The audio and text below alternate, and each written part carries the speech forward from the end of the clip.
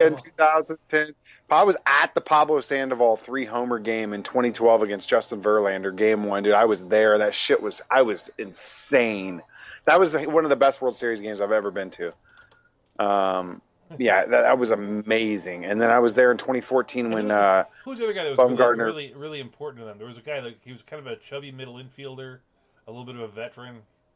He was a big cog in that, and he wound up going to the Dodgers later. Freddie Sanchez. Oh, you're talking about Juan Uribe. Yeah, Juan Uribe, that was the guy. Yeah, that's It my seemed like boy. San Francisco was just built with a bunch of Juan Uribes. That kind of like you just got a guy that could do enough. They picked up was it Cody Ross. Just it was Dude, just that Cody Ross pickup was huge, and he was so clutch during that whole playoff run. But you're right, they did it with a bunch of guys that just kind of came out of nowhere and had crazy seasons, and they were able to ride those hot streaks at the right time. Guys you never expected. It was an interesting run of what they did, and Bochy's just always been that guy. He makes he's going to be a Hall of Fame manager guaranteed. He's already won the 3 World Series, but man, just if even if he hadn't, I think he should be. He's just such a good manager. I'm having trouble with my computer. I was going to look up some other players, but I can't find them. So it's all right. My Yeah, computer man. is doing weird stuff tonight. It's like But this year, man. this year what? Sorry, I was coughing a little bit. This year, I tell you what, though, that the team that's impressed me the most that I watched a little bit when I was down, man, was the Dodgers. Man, that team is just aside from the end of their bullpen, which they could, and they're probably going to have to go out and trade and get a couple arms. But man, other than that team just impresses me, and they've won what 65 games already this year. I mean, they're on a pace to win well over 100. Uh, yeah, the Phillies have played a little bit better recently, but like there's not a team in the National League that I look at and I go, maybe Atlanta might be able to hang with them, but I don't know, dude. I just think the Dodgers are going to go to the World Series again. I think it's pretty much a lock in the National League. I don't know if it's a lock, but I do think that they're the favorite. Their pitching to me has been really good, but Kershaw hasn't been as good as he has been in the past, and it's that Ryu kid. He's not a kid anymore. It's like I don't know if they're that He starts the great. All Star game, and he's Yeah, definitely not a kid. no, but it was like it's like he shouldn't have been. Like there was no real expectation that he's been pitching as well as he should be. You know what I mean? Like I don't believe that. I believe that they have two good pitchers, Kershaw and Bueller, and I think that Kershaw is less of a person than he was last year, though he's still very good. I don't think they're unbeatable. Now I'm a Cub fan, so it's a little bit of team optimism. Is that I think that they're beatable. I don't look at their. I mean, I guess Bellinger is this year's Babe Ruth or whatever, so that That does guy make a has been big absolutely difference. ridiculous. Yeah, he's like batting like 350 with 50 Yeah, home he runs. makes that lineup a little bit more scary. When before I used to look at it and go, okay, well the Dodgers don't really scare me. They've got a bunch of good players, the Seagers of the world. The Bellinger was always good. He was never great, but now they got this great player, MVP candidate in the middle of that lineup with all of these complimentary guys who are above average. Justin Turner's, all these great guys. Seager, I've already mentioned. This has the ability to, then you got a Verdugo, the young cats, and then you've got all this great pitching. So that team just, I really don't see anyone being able to get past them. Atlanta, like I said, but I just don't know that Atlanta even has enough pitching to get through. Unless Keuchel continues to pitch like an ace, and he's pitched well above what I thought he was going to do. I mean, I have this. I'm a Cub fan, right? I'm actually impressed with the Cubs are doing this year because they're doing something this year that they've never done in my entire life, which is play poorly and win. Yeah, no, they've been good this year, but they should be better. They should be running away with the goddamn division. Well, But that's I one don't thing know. I was saying is that if they did eventually really click, you know, they could be as good as the Dodgers. So I don't think it's a foregone conclusion. I think those are the two best teams in the National League. Although I am a little bit of a homer on that, I'll admit that. Yeah, I just don't see too much helping. I mean, even if the Nationals, I mean, I was really surprised. I mean, for a team, and I've given them a lot of flack ever since they fired Dusty Baker. I didn't think that hiring Davey Martinez was the right move, but they've actually had the best record in baseball since like May 15th or some crap like that. I saw that stat the other day. I was impressed by that. They've I actually thought they, hopped back in. They I were thought they, below 500, and yeah, they, now they're like 5 or 10 games above 500 right now. And I was really surprised how well they had played. We saw the historic stretch from Scherzer, obviously, but Strasburg's pitched incredibly well, and that team has played well. And I know Juan Soto kind of got snubbed for the All Star game, but if you look at his numbers, man, they're what I expected from him this year. I mean, he's a low level superstar at this point, at 21 years old. They haven't missed a beat missing Bryce Harper, man. I've been really surprised by that team. And they're the one team when I look at it, and, they were the pick to go to the World Series, 2 years back before they kind of fell flat on their faces.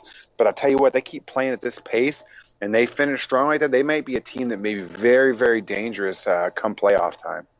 the nice thing is that there actually is a bit of a competitiveness in the National League.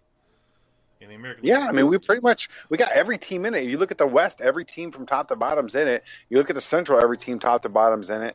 You look at the East, the Marlins are obviously out of it, and the Mets are, even if they still say they're playing for a playoff spot, but I'd say that if you want to be a little bit more like, you could probably say that the Reds and the Mets probably don't really have a real chance, but it's just those three teams. yeah, but if you look at that Central, dude, I think the top to bottom they're only separated by like 4 or 5 games.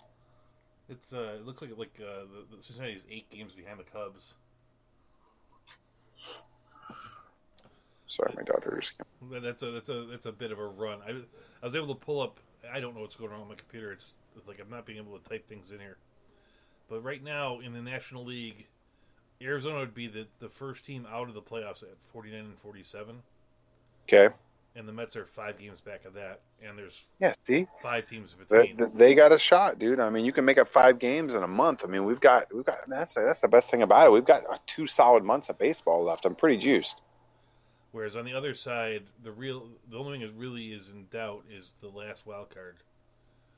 The Minnesota should win that division. Maybe Cleveland does, but one of those two, and the other guy goes in. Sure. And then Houston wins theirs. Yankees look like they're running away with that. I don't know how they do that.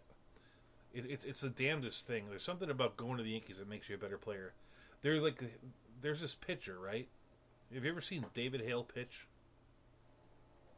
David Hale, no. He's one of the worst pitchers I've ever seen pitch. And he got signed off waivers by the Yankees, and now he looks like a lights-out reliever. I don't know how they do that. He really was that bad. Good coaching. Good coaching. Maybe they saw something. I mean, maybe they see something on film about something and they know they can correct it. You know what I mean? That's one of the crazy things about baseball. I mean, they do it to every. I mean, it seems like if they go out and they sign a big name player, the Yankees do, they can't make that guy good. Like they couldn't make Alex Rodriguez any better than he was, and they had the big swing and a miss with. Who was the guy that they signed from the Padres, the third baseman, a couple years ago? Well, Headley. Yeah, Headley. But if they pick up somebody that is a trashy player, they could turn him into something good for a little while. And even like this year when they picked up Kendry Morales, he had a couple of really big clutch hits, and then they got their guys healthy again, and they just released them because somehow there's just like a magic in that uniform. It says you're going to be good here, even though. Yeah, what do you think about Aroldis Chapman saying that there's a 1,000,000% chance that he's not going to opt in his contract this year? He's owed 2 years, $40 million, or 2 years, $30 million, and he said that he's going to go free agency. Why wouldn't you? Well, I mean, based on what's going on recently, everyone's things are pulling back a bit. $15 million is not like a bad contract,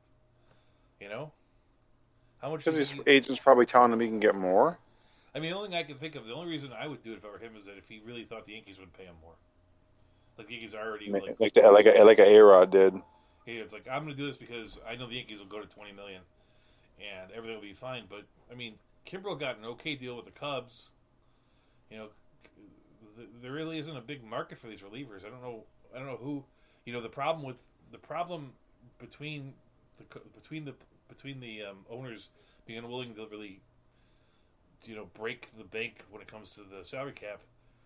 But the other big problem is that with all these teams not being good, right? We just named off all the teams that could use a closer. In the American League, there's 6 teams that can use a closer, 7 teams maybe. In the National League, there's not, there's 13. There's not many people buying in on stuff. There's no reason for the Rangers to bid in on him.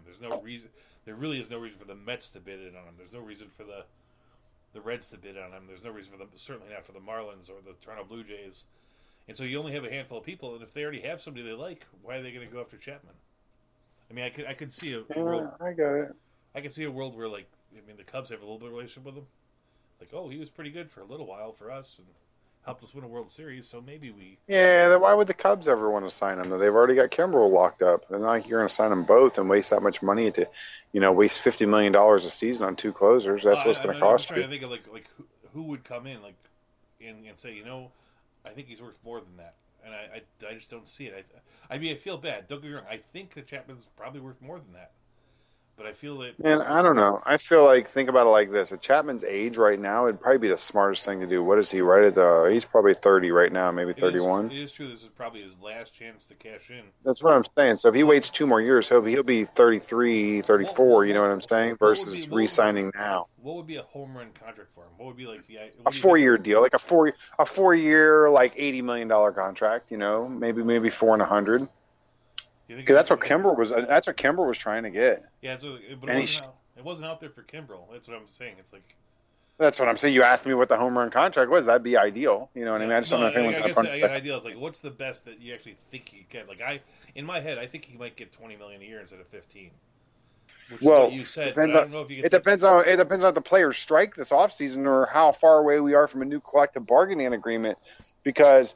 If we don't see a model similar to the NBA, the players have lost. Because in the NBA, the players are getting max contracts. We're seeing $190 million 4-year deals being handed out like hotcakes, and the league does not seem to be suffering because of it. It's actually thriving.